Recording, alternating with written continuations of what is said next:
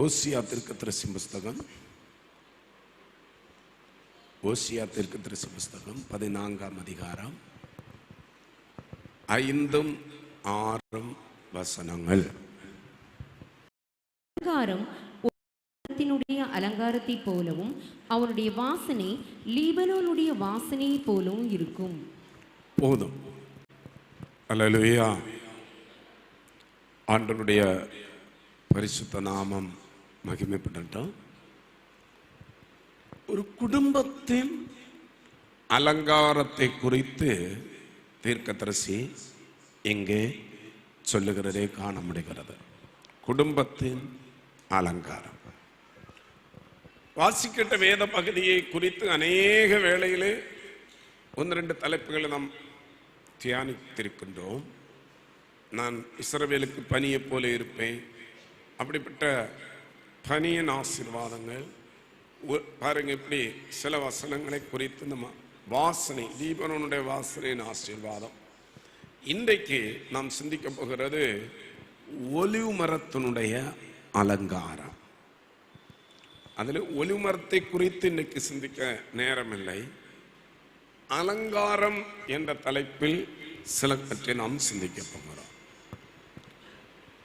ஆண்டவர் இஸ்ரவேல் ஜனங்களை பார்த்து சொன்ன வார்த்தை, இங்க இஸ்ரவேல் ஜனம் முழுவதையும் ஒரே குடும்பமாக பாவித்து சொல்லுகிறார்.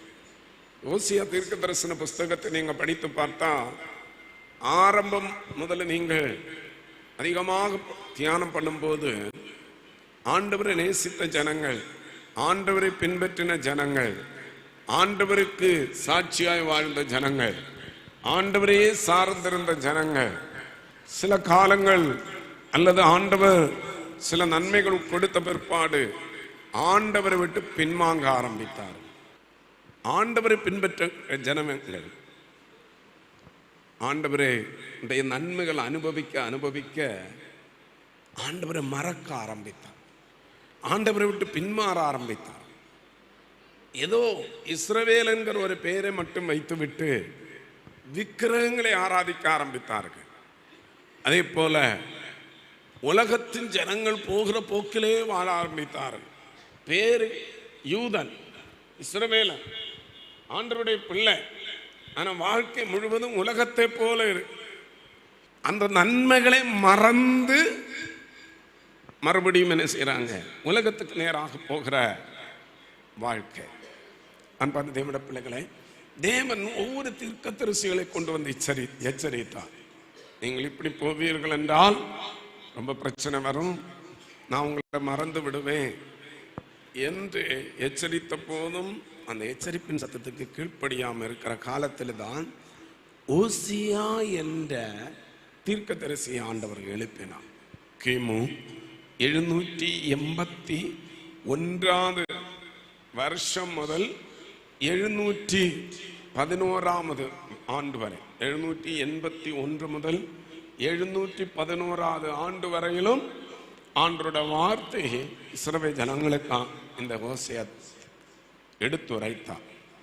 எடுத்துரைக்கும் போது அதை தன்னுடைய குடும்பத்தையே ஒரு அடையாளமாக காண்பித்து அங்கே காண்பிக்கிறார். ஆண்டவர் சொன்னா, நீ இன்ன ஸ்திரியை திருமணம் பண்ண. ஆண்டவர் சொன்னது போலவே ஓசியா என்ன செய்தார்?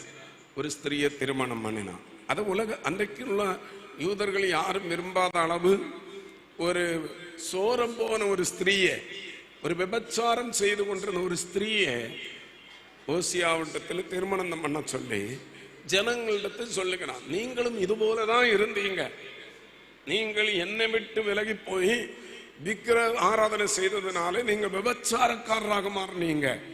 ஆனாலும் நான் உங்களை என்ன செய்தேன்? நேசித்தேன் என்று வெளிப்படுத்துவதற்காக ஓசியாவை அந்த ஸ்திரியை திருமணம் பண்ண வைத்து பாருங்க, மறுபடியும் மறுபடியும் அந்த ஸ்திரீ இந்த ஓசியாவை விட்டு என்ன செய்ய வெளியே ஓட ஆரம்பித்தாள். தவறான பாதைக்கு செல்ல ஆரம்பித்தாள். தவறான ஜீவன் செய்ய ஆரம்பித்தாள். ஆனாலும் மறுபடியும் மறுபடியும் ஓசியா அந்த ஸ்திரீயை நேசித்து விலை கொடுத்து வாங்கி பாருங்க, அவள் மூலம் பிள்ளைகளை பெற்றெடுத்த வரலாற்றை இந்த ஓசியா தீர்க்கதரிசன புஸ்தகத்தில் சொல்லப்பட்டிருக்கிற ஆண்டவர் சொல்லுகிற இது போலவே நீங்கள் என்னை விட்டு விலகி போனாலும் நான் உங்களை நேசிக்கிறேன் என்று எத்தனையோ முறை எச்சரித்தும் அந்த ஜனங்கள் கேட்காததுனால பாருங்க பயங்கரமான பாடுகளும், நான் உங்களை தள்ளிவிடுவேன், நான் உங்களை விட்டு விலகுவேன், என் முதுகை உங்களுக்கு காண்பிப்பேன் என்று ஆண்டவர் எச்சரித்த போது இந்த ஜனங்கள் என்ன செய்தார்கள்? மறுபடியும் ஆண்டவரிடத்தை திரும்ப ஆரம்பித்தார். ஆண்டவர் சொன்ன, நீங்கள் அப்படி மனம் திரும்புவீர்கள் என்றால், உங்களுடைய பின்மாற்றத்தை விட்டு நீங்க திரும்பி வருவீர்கள் என்றால் நான் இப்படி உங்களை ஆசீர்வதிப்பேன். அதுதான் இந்த ஓசியாவின் கடைசி அதிகாரம். அந்த அதிகாரத்தில் வரும்போது இஸ்ரவேல் என்ற குடும்பத்தை நான் எப்படி ஆசீர்வதிப்பேன், அதுவா இந்த ஓசியா தீர்க்கதரிசன புஸ்தகத்தின் சாராம்சம். இஸ்ரவேல் ஜனங்கள் மனம் திரும்ப வேண்டும், இஸ்ரவேல் ஜனங்கள் பின்மாற்றத்தை விட்டு திரும்ப வர வேண்டும், இஸ்ரவேல் ஜனங்கள் என்ன தேடி வர வேண்டும், இஸ்ரவேல் ஜனங்கள் என்னை ஆராதிக்க வேண்டும், இஸ்ரவேல் ஜனங்கள் எனக்கு சேவை செய்ய வேண்டும், இஸ்ரவேல் ஜனங்கள் எனக்கு ஊழியம் செய்ய வேண்டும். அப்படி என்றால் நான் அவருடைய குடும்பத்தை ஒரு ஒலிவமரத்தின் அலங்காரத்தை போல மாற்றுவேன் என்று ஆண்டவர் ஓசியா மூலம் அன்றைக்கு ஜனங்களை பார்த்து சொன்னார். அல்லேலூயா. இந்த ஓசியா தீர்க்கதரிசன புஸ்தகத்தை பாருங்க, பாலஸ்தீனா தேசத்தில் வைத்து இந்த ஓசியா தான் எழுதினார். புதிய ஏற்பாட்டிலும் கூட ஓசியாவுடைய புஸ்தகத்தில் உள்ள தீர்க்கதரிசன வசனத்தை எடுத்து ஓசியா சொல்லி இருக்கிறார் என்று இதனுடைய ஆக்கியோனை குறித்து அப்போஸ்தலனாகிய பவுல் ரோமாபுரியாருக்கு எழுதின நிருபம் 9ஆம் அதிகாரம் 25, 26 வசனத்தில் சொல்லுகிறதை காண முடிகிறது. ரோமர் 9, 25, 26. அந்தபடி எனக்கு ஜனங்கள் அல்லாதவர்களை என்னுடைய ஜனங்கள் என்றும், சிநேகிக்கப்படாதிருந்தவளை சிநேகிக்கப்பட்டவள் என்று சொல்லி அழைப்பேன். நீங்கள் என்னுடைய ஜனங்கள் அல்லவென்று அவர்களுக்கு சொல்லப்பட்ட இடத்திலே அவர்கள் ஜீவனுள்ள தேவனுடைய பிள்ளைகள் எண்ணப்படுவார்கள் என்று, ஜீவனுள்ள தேவனுடைய பிள்ளைகள் எண்ணப்படுவார்கள் என்று ஓசியாவின் தீர்க்கதரிசனத்தில் சொல்லி இருக்கிறது. ஆகையினால பழைய ஏற்பாட்டிலும் புதிய ஏற்பாட்டிலும் மிக தெளிவாக இந்த புஸ்தகம் ஓசியா எழுதினது என்று வேதாகமத்தில் 28வது புஸ்தகம். இதில் 14 அதிகாரம் உண்டு, 197 வசனம் இருக்கிறது. இந்த ஓசியா தீர்க்கதரிசன புஸ்தகம் நீங்க முழுவதும் படித்து பார்த்தா 16 கேள்விகள் வருகிறது. 16 கேள்விகள். பாருங்க, நான் உன்னை மறப்பேனோ, ஏன் எப்ராயிம் தள்ளப்பட்டான், இப்படிப்பட்ட 16 கேள்விகளும் 28 கட்டளைகளும், அந்த கட்டளைங்கிறத விட ஆணைகளும் இருக்கிறது. ஆணைகள் 26 ஆணைகளும் 10 வாக்குத்தத்தங்களும் இருக்கிறது. விசேஷமாக அந்த 10 வாக்குத்தத்தங்களில் ஒன்றுதான் நாம் இங்கே வாசிக்க கேட்ட வேத பகுதி. Price the Lord. அந்த வேத பகுதியின் ஒன்று கூட வாசிங்க. ஓசியா 14, 5, 6 வசனங்கள். நான் இஸ்ரவேலுக்கு பனியை போல் இருப்பேன், அவன் லீலி புஷ்பத்தை போல் மலருவான், லீபனோனை போல் வேரூன்றி நிற்பான், அவன் கிளைகள் ஓங்கி படரும், அவன் அலங்காரம் ஒலிவ மரத்தினுடைய அலங்காரத்தை போலவும் அவனுடைய வாசனை லீபனோனுடைய வாசனையை போலவும் இருக்கும். அலங்காரம் ஒலிவ மரத்தினுடைய அலங்காரத்தை போலவும் என்று சொல்லலாம். இன்றைக்கு அலங்காரம் விரும்பாத யாராவது உண்டா? ஒரு கேள்வி. அலங்காரம் விரும்பாத யாராவது உண்டா? வாழ்க்கையே எதுதான் இருக்குது? எதுலதான் இருக்கிறது? அலங்காரத்துல தான் இருக்கு. அதுவா ஒரு குழந்தை பிறந்தது முதலேயே அதை என்ன செய்ய ஆரம்பிக்கிறாங்க? அலங்காரம். அதுக்கு போடுற துணி, ட்ரெஸ் ஒரு அலங்காரம், ட்ரெஸ்ஸில் ஒரு அலங்காரம். ட்ரெஸ்னா பிளைன் அப்படி இருந்தாலே போதும், ஆனா அதுல சில அல்லேலூயா. இன்னைக்கு எதுலெல்லாம் அலங்காரம், அதை கிடைக்கிற நேரத்தில் உங்களுக்கு 1-2 காரியத்தை சொல்லுங்க. இங்கே வாசிக்க கேட்ட இந்த பகுதியில் சொல்லியிருக்கிறது ஒரு நம்ம குடும்பத்தினே ஆரம்பிக்கும். அங்கே சொல்லப்பட்டிருக்கிறது குடும்பத்தின் அலங்காரம். சத்தமா சொல்லுங்க. இங்கே இஸ்ரவேல் என்கிற ஒரு குடும்பம், அந்த குடும்பத்தின் அலங்காரம். அந்த அலங்காரத்தை குறித்து சொல்லும் போது அது ஒலிவு மரத்தின் அலங்காரத்தை போல. எதன் அலங்காரத்தை போல? ஒலிவ மரத்தின் அலங்காரம். ஒலிவு மரத்தின் அலங்காரம் என்ன? இன்றைக்கு அநேக புறம்பான அலங்காரத்தை தான் பார்க்கிறாங்க. இன்றைக்கு அநேகர் புறம்பான அலங்காரம் இருக்கிறது தான் பெருசுன்னு நினைக்கிறாங்க. ஒரு ஒலிவு மரத்தினுடைய அலங்காரம் அதனுடைய உள்ள இருக்கிறது. உலகத்தில் உள்ள எல்லா மரங்களை விட ஒரு விசேஷ தன்மை இந்த ஒலிவு மரத்துக்குள்ள இருக்கிறது. அந்த ஒலிவு மரத்தினுடைய தன்மை என்ன தெரியுமா? அழியாய்மை என்கிற ஒரு தன்மை. அழியாய்மை என்ற தன்மை என்னன்னா, எல்லா மரத்தை விட எண்ணெய் தன்மை இந்த மரத்துக்குள்ள இருக்கிறது. ஆகினால எவ்வளவுதான் வெயில் அடித்தாலும் சீக்கிரமா தான் அது அழிந்து போகாது. எவ்வளவு காலம்தான் தண்ணீருக்குள்ள அது கிடந்தாலும் அந்த இனத்தை அழிக்க முடியாது. அல்லேலூயா, அல்லேலூயா. அன்றைக்கு நோவாவின் ஜலப்பிரளய காலம் எல்லாம் அழிந்து போயிற்று. பாருங்க, அன்றைக்கு புறாவை, காகத்தை நோவா அனுப்பினான். இரண்டாவதாக எதை அனுப்பினான்? புறாவை அனுப்பினான். புறா இரண்டாவது வரும்போது எதை கொண்டு வந்தது? முதலாவது சொல்லுகிறது, அது கால் வைக்க இடம் இல்லாம திரும்ப என்ன செய்தது? பேழையில் வந்தது.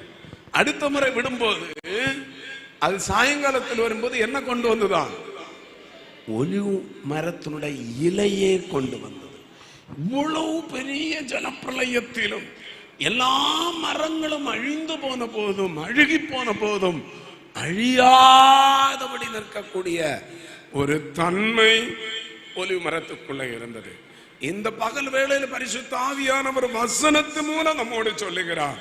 இந்த உலகத்தில் எப்பேற்பட்ட நியாய தீர்ப்புகளும், எப்பேற்பட்ட சோதனைகளும், எப்பேற்பட்ட கஷ்டங்கள் வந்தாலும், ஒருவேளை விசுவாச ஜீவியத்தில் நம்முடைய வாழ்க்கையில் வருகிற பயங்கரமான அக்கினி சோதனைகள் வந்தாலும், பெரும் வெள்ளம் போல, யோர்தான் போல, பெரும் வெள்ளம் நம்மேல் மோதி அடித்தாலும் நம்மை அழியாமல் நிலைநிற்கக்கூடிய ஒரு ஒலிவு மரத்தின் அலங்காரத்தை கர்த்தர் நம்முடைய குடும்பத்தில் வைத்திருக்கிறார்.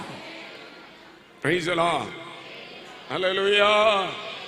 ஆகையால் நாட்களில் நாம் அனுபவிக்கிற இந்த வேதனை நம்மை அழிக்காது, நம்முடைய குடும்பத்தை அழிக்காது. பாருங்க, நம்முடைய வாழ்வில் வருகிற அந்த சோதனைகள் நம்முடைய குடும்பத்தை அழிக்காது. நம்முடைய வாழ்க்கையில் வருகிற கஷ்டம் நம்முடைய குடும்பத்தை அழிக்காது. நம்முடைய வாழ்க்கையில் வருகிற இந்த நெருக்கடிகள் நம்முடைய குடும்பத்தை அழிக்காது.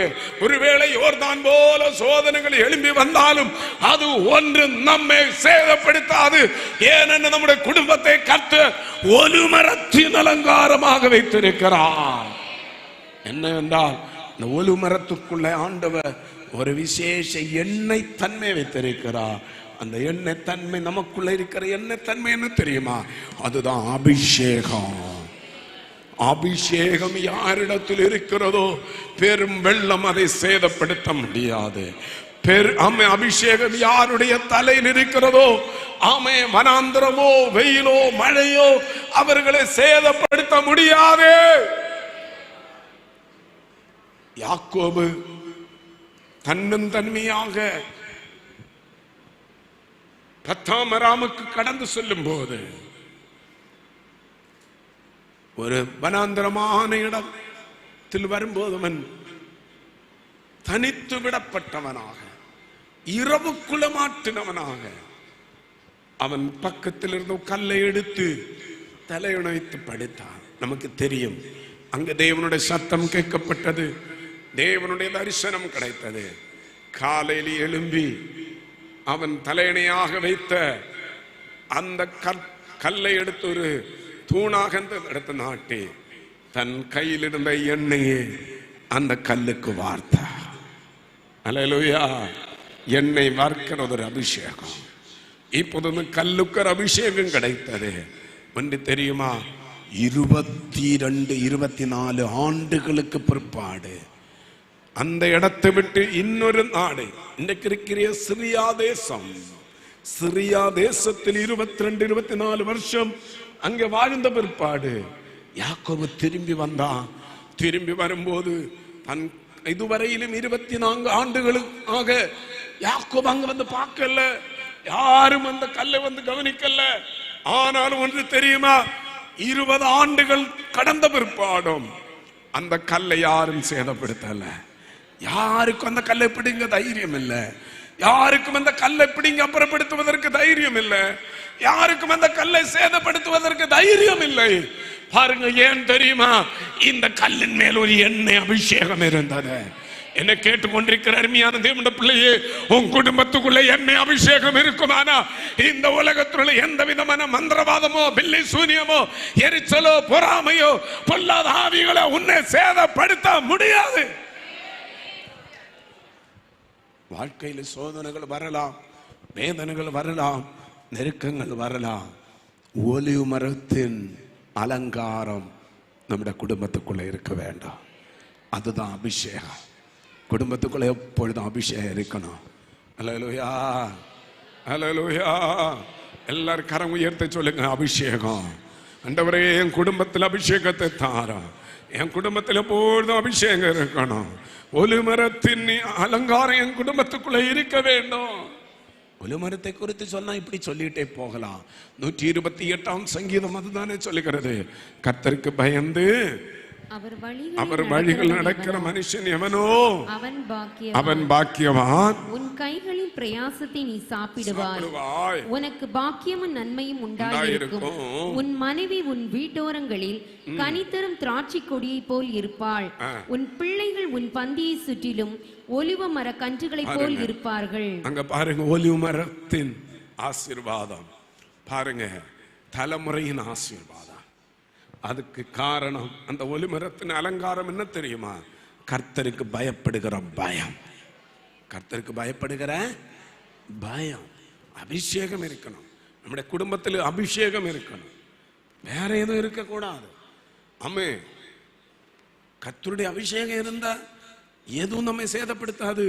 நம்ம ஆண்டவர் எங்கேயோ கொண்டு போவாங்க. இரண்டாவது, கர்த்தருக்கு பயப்படுகிற பயம் நம்முடைய குடும்பத்தில் இருக்கணும்.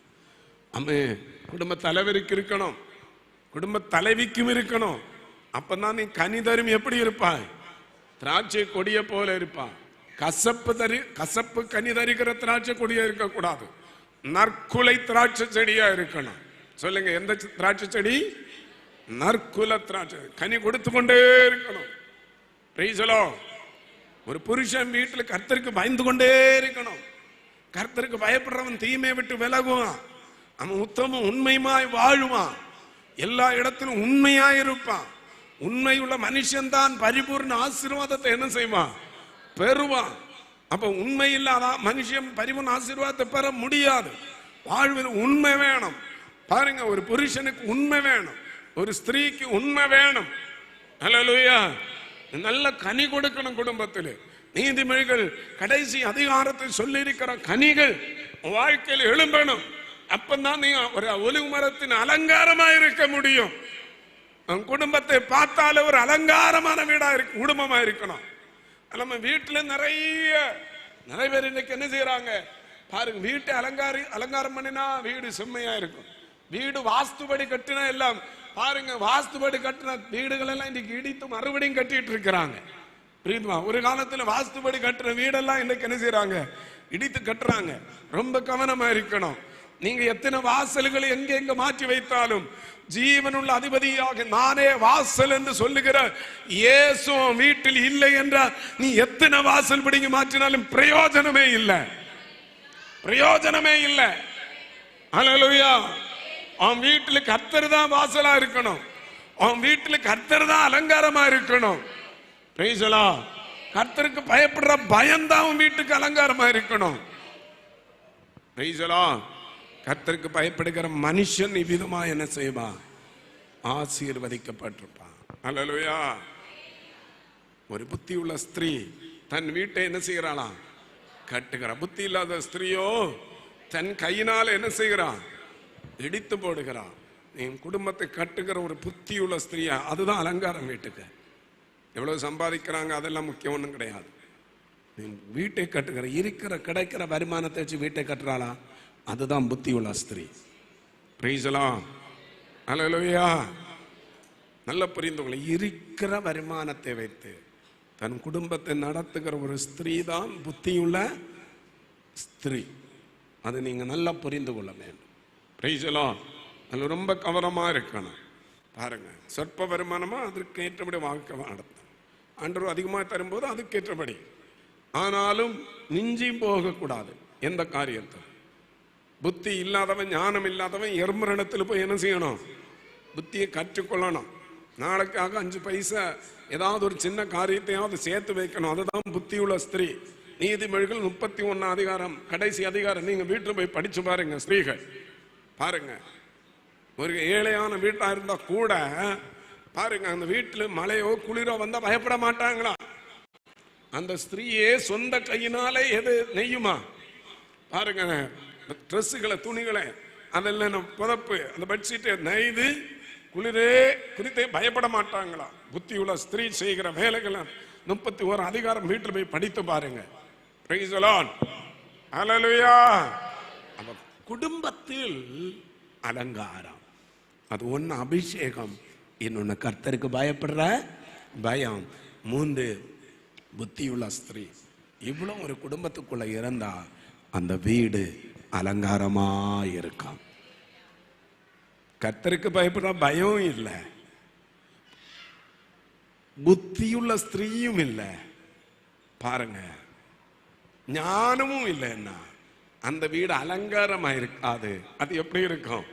அலங்கோலமா இருக்கும். எப்படி இருக்கும்? சத்தமா சொல்லுங்க. அலங்கோலமா இருக்கும். நிறைய பேருக்கு என்னன்னா, இன்னைக்கு 1000 ரூபா கிடைச்சா இன்னைக்கு தீத்தாதான் ஒரு நிம்மதி. இன்னைக்கு 1000 ரூபா கிடைச்சா இன்னைக்கு கூட என்ன செய்யணும்? தீக்கணும். இதெல்லாம் புத்தியுள்ள ஸ்திரீ இல்லை. இதுள்ள புத்தியுள்ள ஸ்திரீ கிடையாது, புத்தி உள்ளவங்க கிடையாது. இன்னைக்கு என்ன கிடைக்குதோ அதை அப்படியே தீக்கணும்.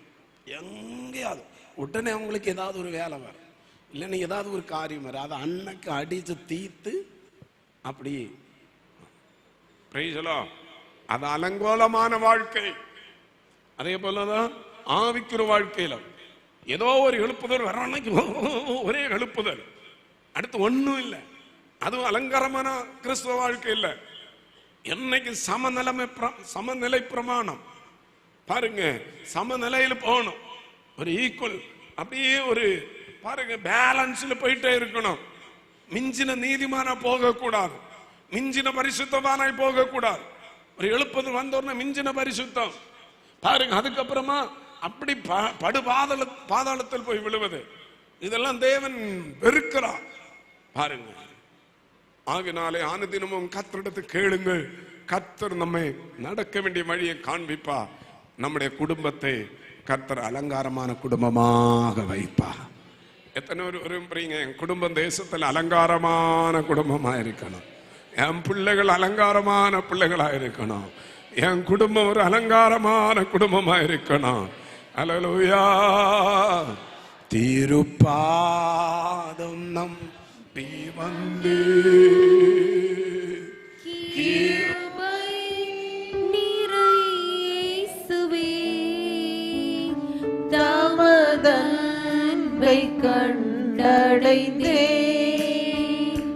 தேவ சமூகத்திலே, தமதன்பை கண்டடைந்தே சமூகத்திலே. ஹல்லேலூயா. இரண்டாவது வேதாகமத்தில் படிக்கும்போது வாலிபனின் அலங்காரம். வாலிபன் அலங்காரம் எப்படி சொல்லுங்க? வாலிபன் கன்னிகையின் அலங்காரம். இன்னைக்குள்ள வாலிபன் அலங்காரம் எல்லாம் பாருங்க, தலையில ஒண்ணும் இல்லைனாலும் எப்பவும் தலையில எப்படி வைக்கணும்? அது ஒரு அலங்காரம், நல்லதான் இருக்குது. எப்படி பழைய காலத்தில் ரோட்டில் போகும்போது ஒழுங்க கையெல்லாம் தாத்துட்டு போவாங்க பாருங்க. இடைப்பட்ட காலத்தில் அப்படியே பின்னாடி கட்டிட்டு போவாங்க பாருங்க. இன்னும் சில காலத்தில் கை வீசி நடப்பாங்க வாலிபர்கள். இப்போ 5 மினிட் இல்ல 2 மினிட் ஒழிக்க அன்னைக்கு என்னதோ ஒரு பிரச்சனை இருக்குது பார்த்திருக்கீங்களா? அது ஒரு அலங்காரம். நினைக்கிறாங்க இது எனக்கு ஒரு அலங்காரம், அது அவங்க அலங்காரம். அதே போலதான் கன்னிகளும் அப்படிதான். திடீர்னு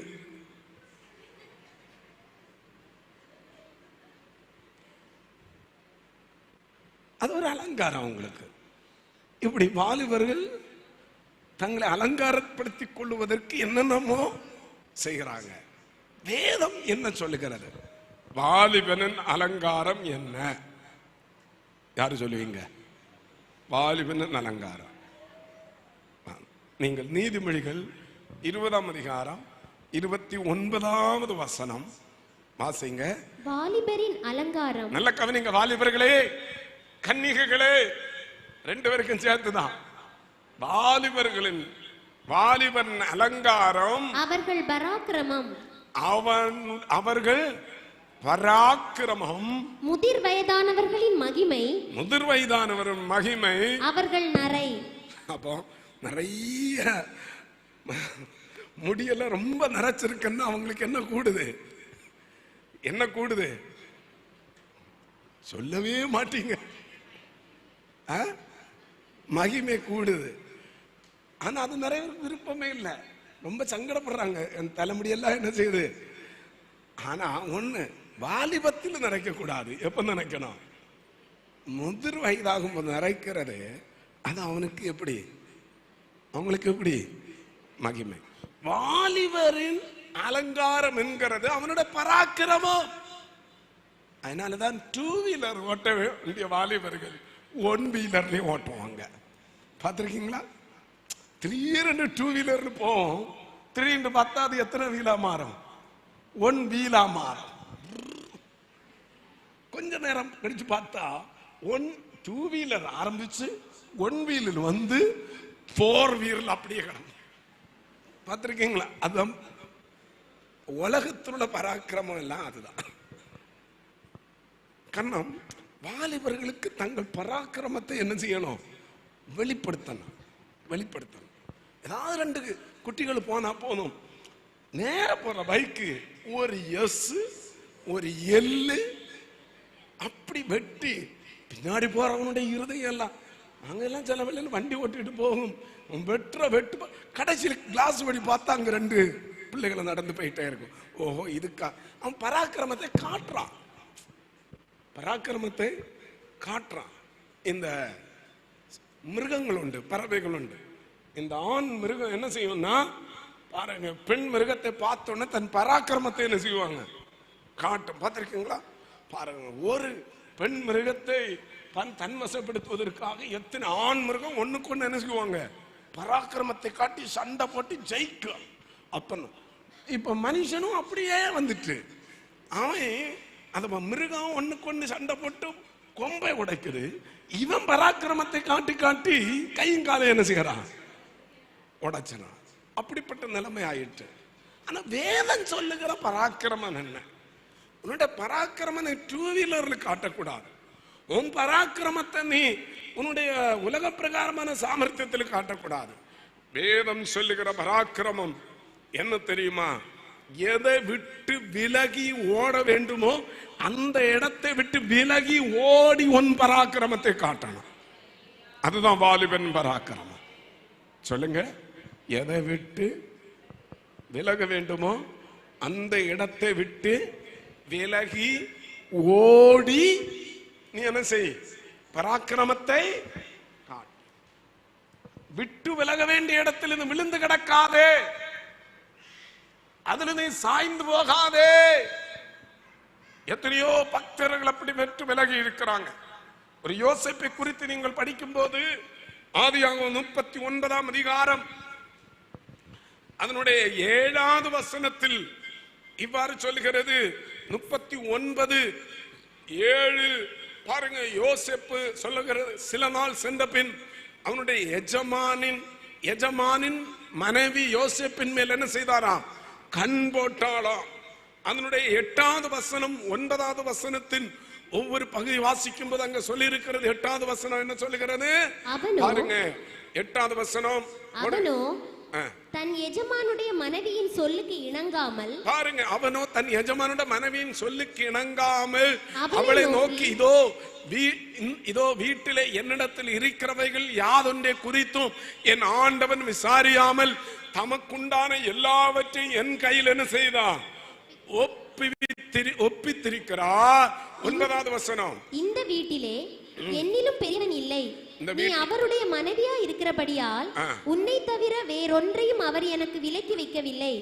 இப்படி இருக்க நான் இத்தனை பெரிய உடன்பட்டு தேவனுக்கு விரோதமாய் பாவம் செய்வது எப்படி என்றால், நல்ல கவனித்துக் கொள்ளுங்கள், நல்ல கவனித்துக் கொள்ளுங்க வாலிபர்களே, கன்னிகைகளே. இந்த யோசேப்பு வாலிப பிராயம். யோசேப்புக்கு இப்போது வயசு ரொம்ப ஒண்ணும் கிடையாது, வாலிப வயது. உங்களுக்கு தெரியும், அந்த வாலிப வயதில் பாருங்க, இப்ப பெற்றோர் கூட இல்ல, சகோதரர்கள் கூட இல்ல, உடன்பிறப்புகள் யாரும் இல்ல, தன் சபையார் யாரும் இல்ல, தன்னுடைய மேய்ப்பர்கள் யாரும் இல்ல. அப்படி இருக்கும் போதும் அவன் தனிமையாக அந்த வீட்டில் ஒரு அதிகாரியாக இருந்த போதும் பாருங்க, அவனுக்கு எது செய்தாலும் யாரும் கேட்க இல்லை. இப்போது அந்த போத்திப்பருடைய பாருங்க அந்த மனைவி என்ன செய்கிறாள் பாருங்க, தன்னிடத்தில் பாருங்க தான் சொல்லுகிறது போல கீழ்ப்படிய வேண்டும் என்று சொன்ன போது இந்த யோசேப்பு என்ன செய்கிறான்? இத்தனை பெரிய பாவத்தை நான் எப்படி செய்வது என்று சொன்னான். நீங்கள் 10வது வசனம் 11வது வசனம் எல்லாம் படிக்கும் போதும் பாருங்க, பல பிரச்சனை, பல முறை அவள் அவனை கட்டாயப்படுத்துகிறான். அவள் நித்தம் யோசேப்போடு இப்படி பேசி கொண்டு வந்தோம். ஒரு நாள் அல்ல, நல்லா புரிந்து கொள்ளுங்க. இன்னைக்கு அநேகருக்கு என்ன தெரியுமா? அநேக நாளும் வேண்டாம், சில நாளும் வேண்டாம், அநேக தரவும் வேண்டாம். எவனாவது எவ்வளவு பாருங்க, சாயங்காலத்தில் கரிந்து போகிற ஒரு ரோஜா பூ கொண்டு கொடுத்தா போதும், அப்பா கீழே விழுறீங்க.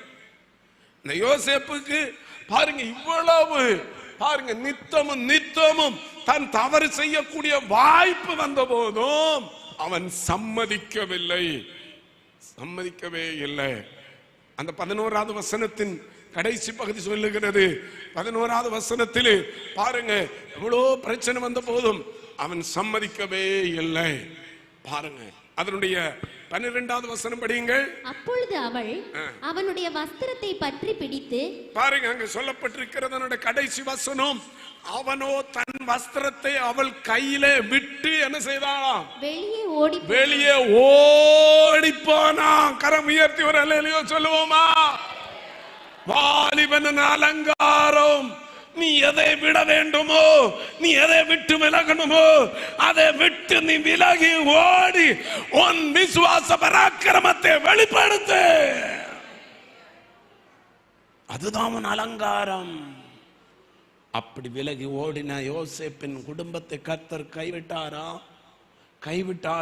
என் சூழ்நிலைமை இப்படிதான், நான் அதனால் இப்படியே இந்த பாவத்தை செய்வேன் என்று யோசேப்பு இருந்திருந்தானால் யோசேப்பு போத்திப்பருடைய வீடு வரதான் வந்திருக்கும், சிங்காசனத்தில் வந்திருக்க மாட்டான்.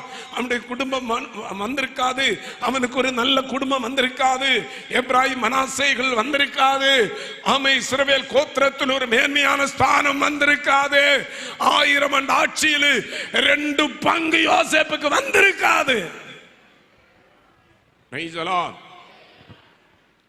அவன் விட்டு விலகி ஓடினதுனால உபாகமம் டியூட்ரோனமி 33 33ஆம் அதிகாரம் 17வது வசனம் 17வது வசனம் வாசியுங்கள்.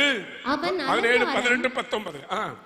அவன் தலையீற்று காளையினுடைய அலங்காரம். அவன் அலங்காரம். அதன் முந்தின வசனங்களை பார்த்தா தெரியும். 15வது வசனம் நினைக்கிறது யோசேப்பை குறித்து.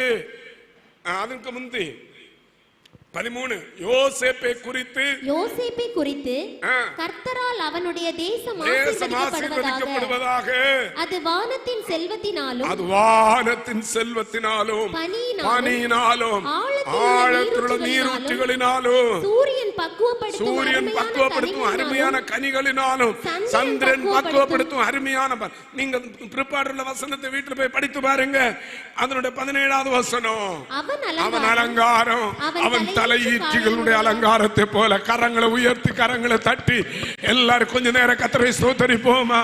பாருங்க, விட வேண்டியவைகளை விட்டு ஓடின ஒரு யோசேப்பினுடைய அலங்காரத்தை கர்த்தர் தலையீட்டு காளையனுடைய அலங்காரத்தை போல பராக்கிரமம் உள்ளதாக. அவன் கொம்புகள் காண்டாமிருகத்தின் கொம்புகளை போல. ஆமென் ஆமென் ஆமென். கர்த்தர் அவனை உயர்த்தினா, ஒரு ஜெயத்தை கொடுத்தா. இந்த தெய்வம் உங்களை உயர்த்துவதற்கு அவர் வல்லவர். தன் வாலிப காலத்தில் விட வேண்டிய விட்டு ஓடாததுனால அவன் ஒரு சிம்சோன். அவன் பெரிய பராக்கிரமசாலிதான். அவன் தீர வீர செயல்கள் செய்தவன் தான். பராக்கிரமம், சிங்கத்தை கிழித்தவன், நரியை கிழித்தவன், அதெல்லாம் பராக்கிரமம். சரீரத்தில் உள்ள பராக்கிரமத்தை காற்று உண்மைதான். ஆனா அவன் ஓட வேண்டிய இடத்தில் ஓடவில்லை. ஆகையால் அவன் விழுந்து போனான். தெலீலாளின் மடியில் அவன் என்ன செய்தான்? விழுந்து போனான்.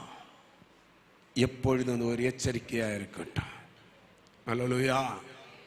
வாலிபனின் பராக்கிரமம் அது அவனுடைய அலங்காரம். வாலிபனுடைய பராக்கிரமம் என்ன? நீ எடுத்துக்கொண்ட பிரதிஷ்டையில் காத்து கொள்வதுதான் உன் அலங்காரம். அதுதான் உன் பராக்கிரமம். ஆண்டவருக்காக நீ ஒரு பிரதிஷ்டை எடுத்தாய். நான் இதன் மேல எனக்கு இது வேண்டாம், இந்த உலக ஆசை எனக்கு வேண்டாம், இந்த உலக இச்சை எனக்கு வேண்டாம், உலகத்துள்ள இந்த பொருள் எனக்கு வேண்டாம், இந்த அலங்காரத்தை நான் வெறுக்கிறேன்.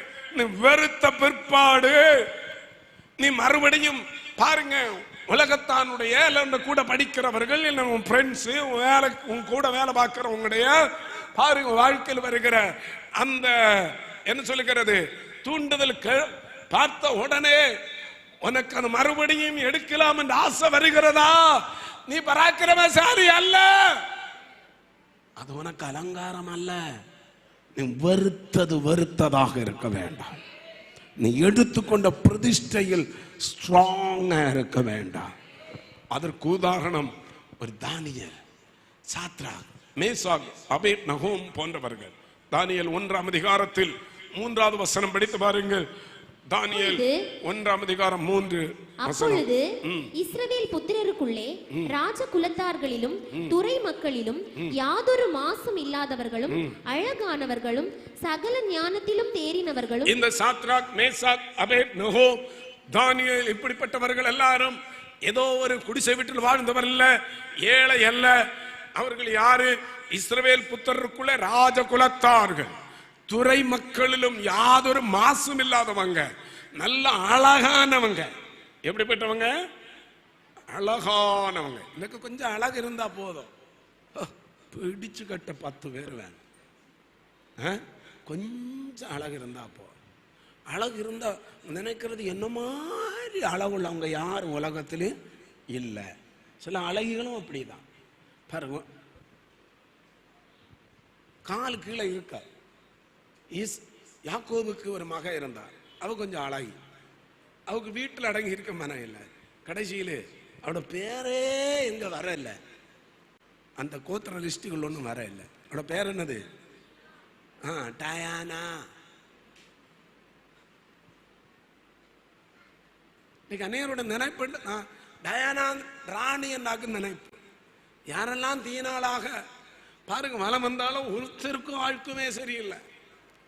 கர்த்தர் தருகிற அழகில் சந்தோஷப்படணும், அது நல்லது. அதை மிஞ்சி என்ன செய்யக்கூடாது, போக கூடாது. இங்க பாருங்க, இந்த வாலிபர்கள் அழகானவங்க, எவ்வளவு தகுதி சொல்லியிருக்க, சகல ஞானத்திலும் தேர்னவங்க, தோல்வி இல்லை, அரியர் போட இல்லை.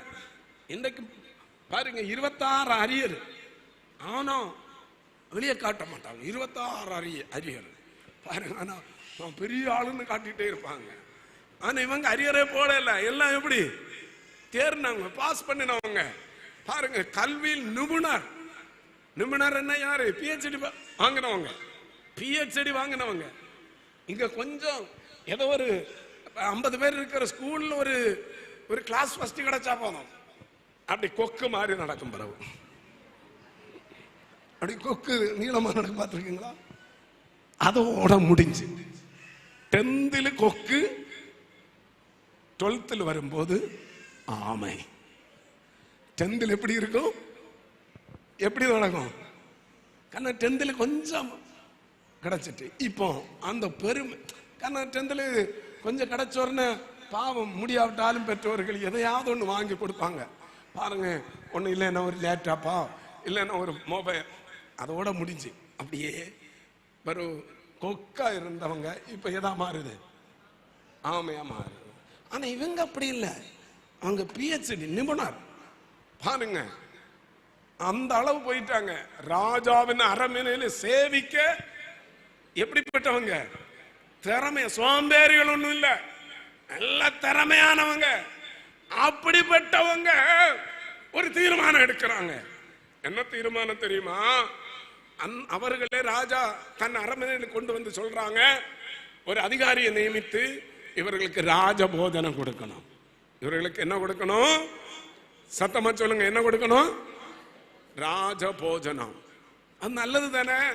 ஆனா யூதர்களுக்கு தெரியும், ராஜாக்குடைய போஜனத்தில் நான் சாப்பிடக்கூடாதவைகள் இருக்கும்.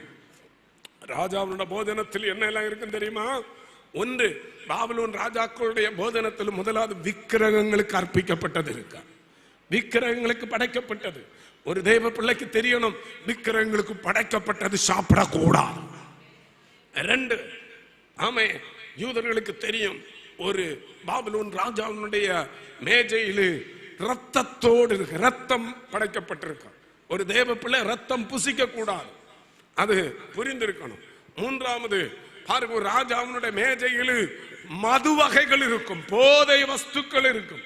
வெளியேறப்பட்டு சும்மா கிடைச்சது தானே. சொல்லுங்க பாஸ்டர், நான் விலை கொடுத்து வாங்க மாட்டேன், கல்யாண வீட்டில் போகும்போது மட்டும் சும்மா ஒரு டேஸ்டுக்கு, நீ டேஸ்டுக்கு பார்த்து உன் வாழ்க்கையே நீ குட்டி சுவராக்குகிறான். நீ வேதமே சொல்லுது, நீ டேஸ்ட் பண்ணாதன்னு தான் சொல்றாரு. சொல்லி இருக்கிறாரா இல்லையா? நீதிமொழிகள் 23 சொல்லி இருக்கிற, நீ ருசி பாராத, நீ டேஸ்ட் பண்ணாத. அப்படின்னா நீ விரலை வச்சு தொட்டு கூட உன் நாக்கில் என்ன செய்யாத, வச்சு பார்க்காத. அல்லேலூயா, அல்லேலூயா, அல்லேலூயா. 1000 விளக்கம் சொல்லலாம். நான் இருக்கிற இடம் ரொம்ப குளிராக்கும். என் குளிரில் இருக்கிற எல்லாரும் போட்டுட்டா இருக்கா? நான் செய்யற வேலை இது பாருங்க, உன்ன மாதிரி வேலை செய்யற யாரும் குடிக்காம இருக்க இல்லையா? எல்லாரும் ஊத்திக்கிட்டா இருக்க. இதெல்லாம் நீ சொல்ற சாக்கு போக்கு, இதெல்லாம் நீ சொல்லுகிற சாக்கு போக்கு. எனக்கு நல்லா தெரியும், ராணுவத்தில் பணியாற்றுகிற எல்லை பாதுகாப்பு படையில வேலை பார்த்து அந்த ஐஸ், அந்த பனிக்கட்டிக்குள்ள உள்ளே குளிர்ந்து நடுங்கி கொண்டிருக்கிற எத்தனை தேவ பிள்ளைகள் அந்த ருசி கூட பார்க்காம அந்த குளிரை சகித்து நிற்கிறார்கள் என்று தெரியுமா? எனக்கு எத்தனை பேரை தெரியும், எத்தனை பேரை தெரியும். அவங்களுக்கு கிடைக்காதது நல்ல, அவங்களுக்கு ஈஸியா கிடைக்கும். இங்க கிடைக்கிறத விட ஒரிஜினல் அங்க கிடைக்கும். அவங்களுக்கு விலை குறைச்சு கிடைக்கும். அவங்க வாழ இல்லையா? அல்லேலூயா. ஒரு தேவ பிள்ளைக்கு ஈஸியா கிடைக்கும்னு சொல்லி பாருங்க, அதை இப்படிப்பட்ட வேலை பார்க்கிற ஈஸியா கிடைக்கும். அதை வாங்கி அடுத்தவங்களுக்கு கூட விற்க கூடாது. அது சாபம், அது பாவம். நீயும் யூஸ் பண்ண கூடாது, அடுத்தவங்களுக்கு என்ன செய்யக்கூடாது, வாங்கி கொடுக்க கூடாது. இந்த யூத வாலிபர்களுக்கு தெரிந்திருந்தது. அது மட்டுமல்ல, இந்த யூதர்களுக்கு தனியே செத்தது ஒன்றும் எடுக்கக்கூடாது. இந்த ராஜாவுடைய மேஜல் இதெல்லாம் இருக்கும். ஆனா ராஜாவின் கட்டளை என்ன பண்றாங்க தெரியுமா? பாருங்க, அதுக்குள்ள அதிகாரி வந்து பயப்படுறாங்க. ஐயோ, நீங்க சாப்பிடணும், நீங்க அப்படியே சோர்ந்து போய் இருக்கிறது கண்டா என்னோட வேலையை தீத்துறோம், என்ன கொலை செய்திருவாங்க. அப்பொழுது இந்த 3 பேர், இந்த 4 பேரும் சொல்றாங்க, நீங்க பயப்பட வேண்டாம், 10 நாளைங்களை என்ன செய்யுங்க, சோதிங்க. இந்த 10 நாள் அளவும் எங்களுக்கு எது மட்டும் போதும்? பருப்பு வகைகளும் சாதாரணமான உணவு போதும். அல்லேலூயா, அல்லேலூயா. வேதம் சொல்கிறது சண்டையோடு கூடிய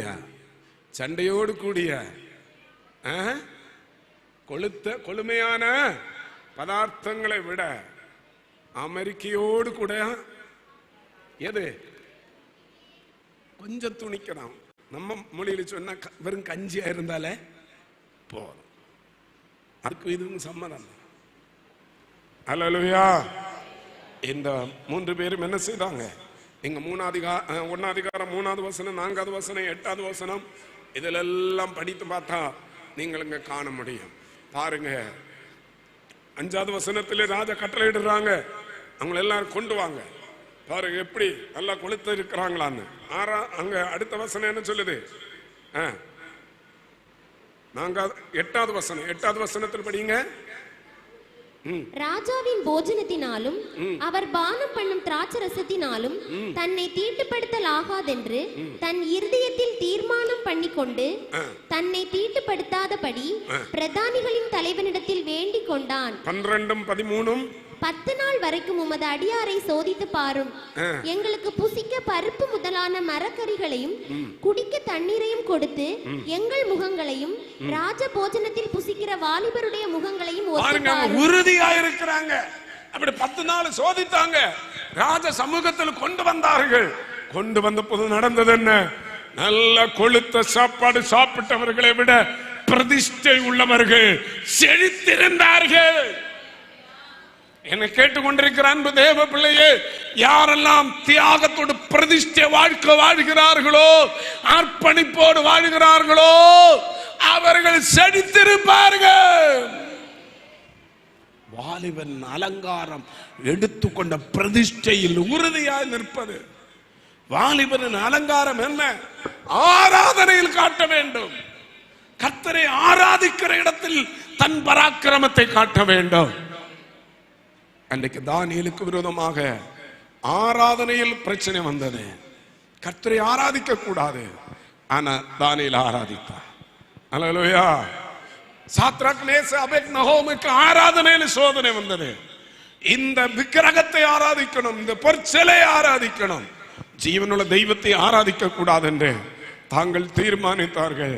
எங்கள் பராக்கிரமத்தை இந்த ஆராதனையில் வெளிப்படுத்தணும். அவர்கள் சொன்னார்கள், ராஜாவே, இதை குறித்து உம்மிடத்தில் பேச வேண்டிய தேவை இல்லை. நாங்கள் ஆராதிக்கிற எங்கள் தேவன் எங்களை தப்புவிக்க என்ன செய்கிறார்?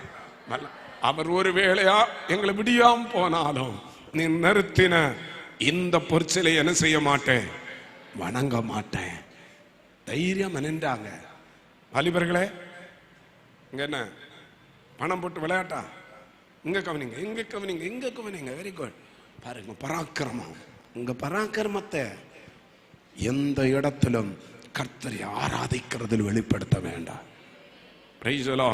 விசுவாச வாழ்க்கையில் நீங்க வாலிபர்களா இருக்கணும். எல்லா விசுவாசிகளும் வாலிபர்களாக இருந்து ஆராதனையில் பராக்கிரமத்தை வெளிப்படுத்தணும். ஆராதனையில தோய்வு இருக்கக்கூடாது. எந்த தடை வரட்டும், எந்த பிரச்சனை வரட்டும், எந்த போராட்டம் வரட்டும், இந்த சாத்ராக் மேஷாக் அபேத்நேகோ போல என்ன செய்யணும்? நிமிர்ந்து நிற்கணும். பாருங்க, தீச்சூளை 7 மடங்கு அதிகரித்தது. வேதம் சொல்லுகிறது, பராக்கிரமசாலிகள் வந்து அவர்களை கட்டி தீச்சூளையில் போட்டார்கள். ஆனா கர்த்தர் அங்கே இறங்கி வந்தா. அல்லேலூயா. ராஜா பிரமித்து போனா. ராஜா உத்தரவு போடுகிறான். பாருங்க, உன்னதமான தேவனுடைய தாசர்களே வெளியே வாங்க, உத்தரவு போடுறாங்க. யார் உள்ள போட உத்தரவு போட்டானோ ராஜா, உங்களுக்கு விரோதமா யாரு என்ன உத்தரவு போடட்டும், ஜீவனுள்ள தெய்வத்தை ஆராதிக்கிறதில் உறுதியா நின்று ஆமே பரிசுத்த பராக்கிரமத்தை வெளிப்படுத்துங்க. சிங்கத்தின் வாயிலிருந்து கர்த்தர் உங்களை விடுவிப்பா. அக்கினிக்கு கர்த்தர் உங்களை தப்புவிப்பா. வாலிபரின் பராக்கிரமம். அல்லேலூயா, அல்லேலூயா, அல்லேலூயா. குடும்பத்தின் பராக்கிரமம், 2 வாலிபனின் பராக்கிரமம். 7 பராக்கிரம அலங்காரத்தை குறித்து நாம் படிக்க வேண்டும். வாலிபனுடைய அலங்காரம் பராக்கிரமம். நேரமானதுனால ஒரே ஒரு காரியத்தை வாசித்து முடிக்க விரும்புகிறேன். 93ஆம் சங்கீதம் 5வது வசனம். 93வது சங்கீதம் 5வது வசனம். உமது சாட்சிகள் மிகவும் உண்மையுள்ளவைகள். கர்த்தாவே, பரிசுத்தமானது நித்திய நாளாக உமது ஆலயத்தின் அலங்காரமாய் இருக்கிறது. பரிசுத்தமானது நித்திய நாளாக உமது ஆலயத்தின் ஏதாக இருக்கிறது? அலங்காரமாக இருக்கிறது. ஆலயத்தின் அலங்காரம். குடும்பத்தின் அலங்காரம் என்னெல்லாம் சொல்லுங்க, நிறைய உண்டு. நான் 1-2 காரியம் சொன்னேன்.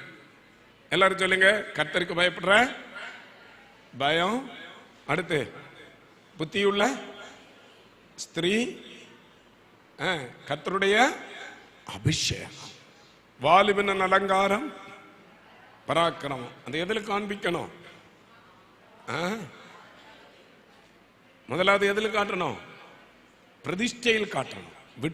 பாருங்க, விட்டு விட வேண்டியவர்களே விட்டு விலகி ஓடி காட்டணும். 2வது பிரதிஷ்டையில் காட்டணும். 3ஆம் அதாவது ஒரு பிரதிஷ்டை உள்ள வாழ்க்கை. வாலிபர் என்ன? இந்த வாலிபர்கள் நம்ம எல்லாருக்கும் சேர்ந்து நம்ம விசுவாச வாழ்க்கையில் வாலிபர்கள் ஒரு பிரதிஷ்டையோடு வாழணும். இது நான் செய்ய மாட்டேன், இந்த இடத்து போக மாட்டேன், இது நான் பேச மாட்டேன், இது நான் எடுக்க மாட்டேன், இது நான் வெறுத்து விட்டேன், இனி நான் எடுக்க மாட்டேன். அப்படிப்பட்ட ஒரு பிரதிஷ்டை. அவங்க தான் விசுவாச வாழ்க்கையில் வாலிபர்கள். புரியுதா? எல்லாரும் வாலிபர்களா இருக்கணும். அப்பதான் சிங்கம் வந்தாலும் நம்ம ஜெயிக்க முடியும். அக்கினி சோதனை அப்ப நம்ம ஜெயிக்க முடியும். எவ்வளவு பெரிய பாருங்க சோதனை வந்தாலும் அது நடுவில் தைரியமா நிற்க முடியும்.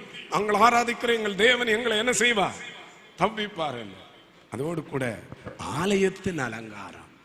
ஆலயம் எது? கர்த்தர் வாசம் பண்ணுகிற இடம். சீயோனை கர்த்தர் தெரிந்து கொண்டார். கர்த்தர் வாசம் பண்ணுகிற இடம் கர்த்தருடைய ஆலயம். நாம் கர்த்தரை ஆராதிக்கிற இடம் கர்த்தருடைய ஆலயம். 3வது சொல்லுகிறது, நீங்களே கர்த்தருடைய ஆலயம். இன்றைக்கு கர்த்தருடைய ஆலயம் எது? நாம் தான். கர்த்தருடைய ஆலயத்தில் அலங்காரமா இருக்கணும். அப்ப கர்த்தரை ஆராதிக்கிற இடமும் அலங்காரமா இருக்கணும். நாம் நடமாடும் ஆலயம் நாமும் எப்படி இருக்கணும்? அலங்காரமா இருக்கணும். அலங்கோலமா இருக்க கூடாது. எப்படி இருக்கணும்?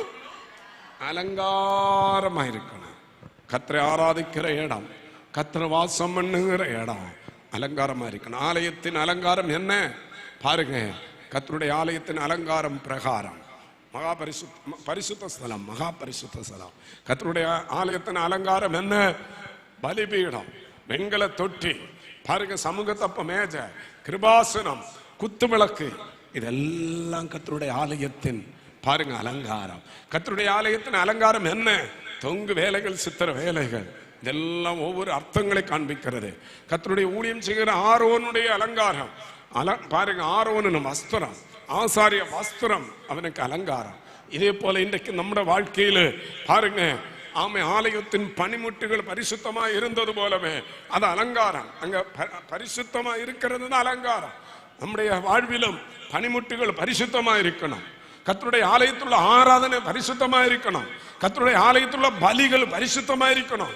கர்த்தருடைய ஆலயத்துள்ள துதி ஸ்தோத்திரங்கள் பரிசுத்தமா இருக்கணும். ஏன் நானும் நீங்களுமே பரிசுத்தமா இருக்கணும். பரிசுத்தம் இல்லாம யாரும் தெய்வத்தை தரிசிக்கவே முடியாது, தெய்வத்தை காண முடியாது. இருதயத்தில் சுத்தம் உள்ளவர்கள் தான் தெய்வத்தை என்ன செய்ய முடியும்? தரிசிக்க முடியும். அல்லேலூயா. சுத்தம் உள்ள இடத்தில் வாசம் அடைகிறார். ஆகினால நாம் தான் கர்த்தருடைய ஆலயம். ஆலயம் எப்பொழுதும் அலங்காரமா இருக்கணும். அந்த அலங்காரம் பரிசுத்தத்தில் இருக்கிறது. தேவன் விரும்புகிற பரிசுத்தம் நம்மிடத்தில் உண்டா? இந்த காலவில நம்மை நாமே ஆராய்ந்து பார்ப்போம். நம்ம சாதாரணமானவர் அல்ல, நம்ம சாதாரணமானவர் அல்ல. ஒரு அலங்கரிக்கப்பட்ட ஆலயமா இருக்கணும். ஒரு அலங்கரிக்கப்பட்ட ஆலயமா இருக்கணும். புறம்பையும் பரிசுத்தம் வேணும், உள்ளையும் பரிசுத்தம் வேணும். அப்படிப்பட்ட பரிசுத்தம் உள்ளவர்களை கர்த்தர் ஆசீர்வதிக்கிறார். அப்படிப்பட்டவங்களை பார்த்துதான் சொல்லுகிறார், உன் அலங்காரம் ஒலிமரத்தினுடைய அலங்காரம் போல இருக்கும். முழங்கால நீப்போமா? எத்தனை பேர் கேட்குறீங்க, ஆண்டவரே ஒலிமரத்தின் அலங்காரத்தை எங்களுக்கு தாரம், என் குடும்பத்தை தாரம், என் தனிப்பட்ட வாழ்க்கையில தாரம், என் பிள்ளைகளுக்கு தாரம். ஆண்டவரே எங்க பிள்ளைகளுக்கு தாரம், எங்களுடைய ஆலயத்துக்கு தாரம், எங்களோட வாழ்க்கையில தாரம். எல்லாரும் ஜெபம் பண்ணுவா, எல்லாரும் ஜெபம் பண்ணுங்க. Praise in the Lord, praise in the Lord, praise in the Lord, எல்லாரும் கொஞ்ச நேரம் கரங்களை தட்டி உற்சாகமாக கர்த்தரை ஸ்தோத்திரிப்போம். எல்லாரும் கர்த்தரை ஸ்தோத்திரிப்போம். எல்லாரும் ஆண்டவரை ஸ்தோத்திரிப்போம். எல்லாரும் கர்த்தரை ஸ்தோத்திரிப்போம். எல்லாரும் ஆண்டவரை ஸ்தோத்திரிப்போம். கர்த்தர் நல்லவன், கர்த்தர் நல்லவன், கர்த்தர் நல்லவன், கர்த்தர் நல்லவன், கர்த்தர் நல்லவன், கர்த்தர் நல்லவன், கர்த்தர் நல்லவன். சோத்ரம் சோத்ரம் சோத்ரம் சோத்ரம் சோத்ரம் சோத்ரம். என் குடும்பம் ஒரு அலங்காரமான குடும்பமா இருக்கணும். என் பிள்ளைகள் ஒரு அலங்காரமான பிள்ளைகளா இருக்கணும். வாழ்க்கை ஒரு அலங்காரமான வாழ்க்கை இருக்கணும். என்னுடைய ஆலயம் சபை ஒரு அலங்காரமான, என் ஆராதனை அலங்காரமா இருக்கணும். என் பலிகள் அலங்காரமா இருக்கணும். கர்த்தரை தொழுது கொள்ளுகிற இடங்கள் எல்லாம் அலங்காரமா இருக்கணும். கரங்களை தட்டி ஆவியில் நிரம்பி கர்த்தரை துதியுங்க. எல்லாரும் துதிங்க, எல்லாரும் துதிங்க, ஸ்தோத்திரம் செலுத்துங்க.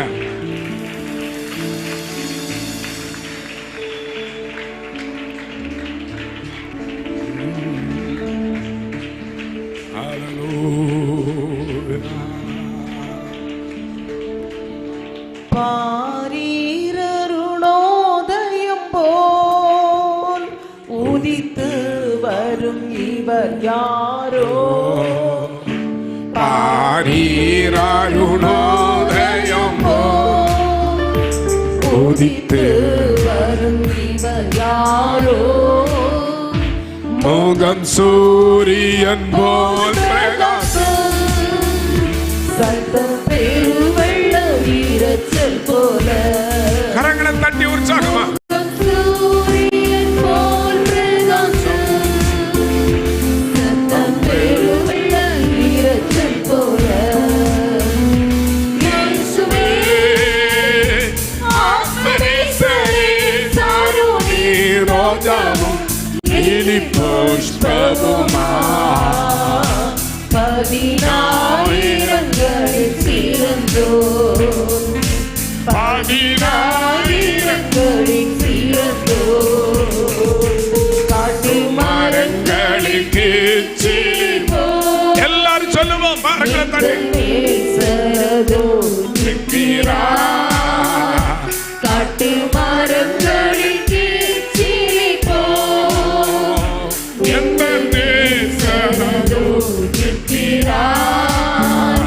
நாமம் மூச்சுண்ட பரிமாணமே. Yes, hallelujah. ரசத்திலும் மது மதுரம். கரங்களை தட்டி நாமம் மூச்சுண்ட பரிமாணமே. நீங்கள் ரசத்திலும் மதி மதுரம். ஆத்மநேசரே சாரோனி ரோஜாவும் நீலி புஷ்பமுமா. 10,000ங்களில் சிறந்தோர். 10,000ங்களில் சிறந்தோர். அவரிடதுகையன் மலர்கரத்தாலே தாங்குகிறார். அவரிடதுகையன் மலர்கரத்தாலே தேங்குகிறார். அவர் நீர் சந்தோஷமாயே என்மேல் பரந்த கொடி. நேசமே. அவர் நீர் சந்தோஷமாயே என்மேல் பரந்த கொடி. நேசமே.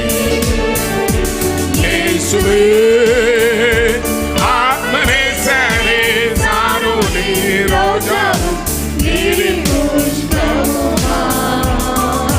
10,000ங்களில் சிறந்தோர். 10,000ங்களில் சிறந்தோர். பிரியமே ரூபவதி என அழைத்திடுமே ரசத்தோ. என் பிரியமே பவதி அலங்காரமுள்ள ரூபம் அழைத்திடும் ரசத்தோ. கேட்டு அவர் பின்னே ஓடிடுவே. அவர் சமூகத்தில்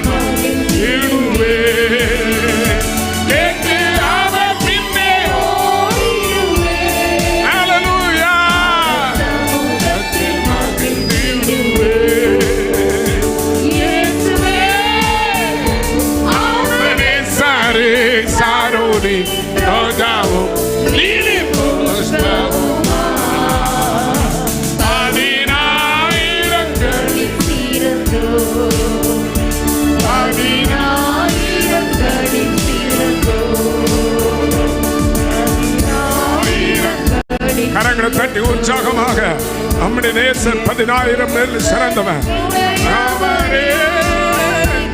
அவர் மாவினை சாய்ந்திடுமே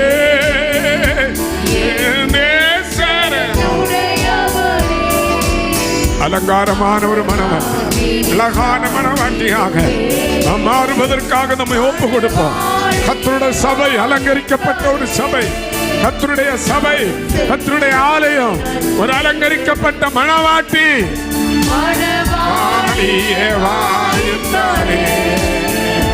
நானும் செல்லுவேன்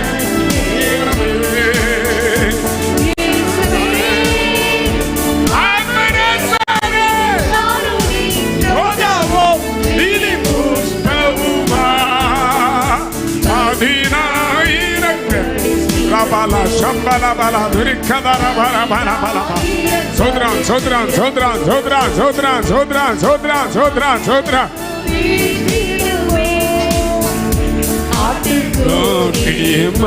நாளிலே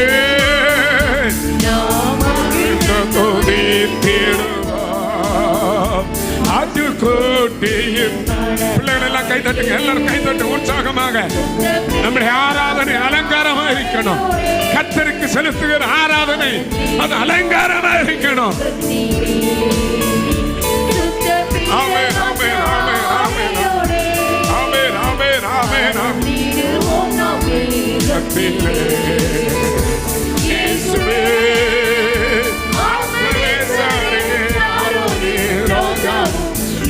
Bala Shambhala Bhaura Rikka Dhara Dhara Rikadara Bala Bala Bala Bala Bala Bala Bala Bala Bala Bala Bala Bala Duri Dhara Bala Bala Bala Bala Rikadara Bala Bala Bala Bala Bala Bala Bala Bala Bala Bala Rishabala Bala Bala Bala Bala Bala Oh Rama Kadara Bala Duri Dhara Bala Riba Radara Dhara Bala Bala Bala Bala Bala எல்லாரும் துதிங்க, கண்களை மூடி ஆவியில நிரம்பி என்னை அலங்காரமான மகனாக மாற்றும், அலங்காரமான மகளாக மாற்றும்.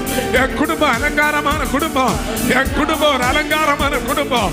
தேசத்தில் என் குடும்பம் ஒரு அலங்காரமான குடும்பமாக இருக்கட்டும். என் குடும்பம் தேசத்தில் ஒரு அலங்காரமாக, என் சபை தேசத்தில் ஒரு அலங்காரமான ஆலயமாக இருக்கட்டும். அல்லேலூயா இயேசுவே. ஹல்லேலூயா.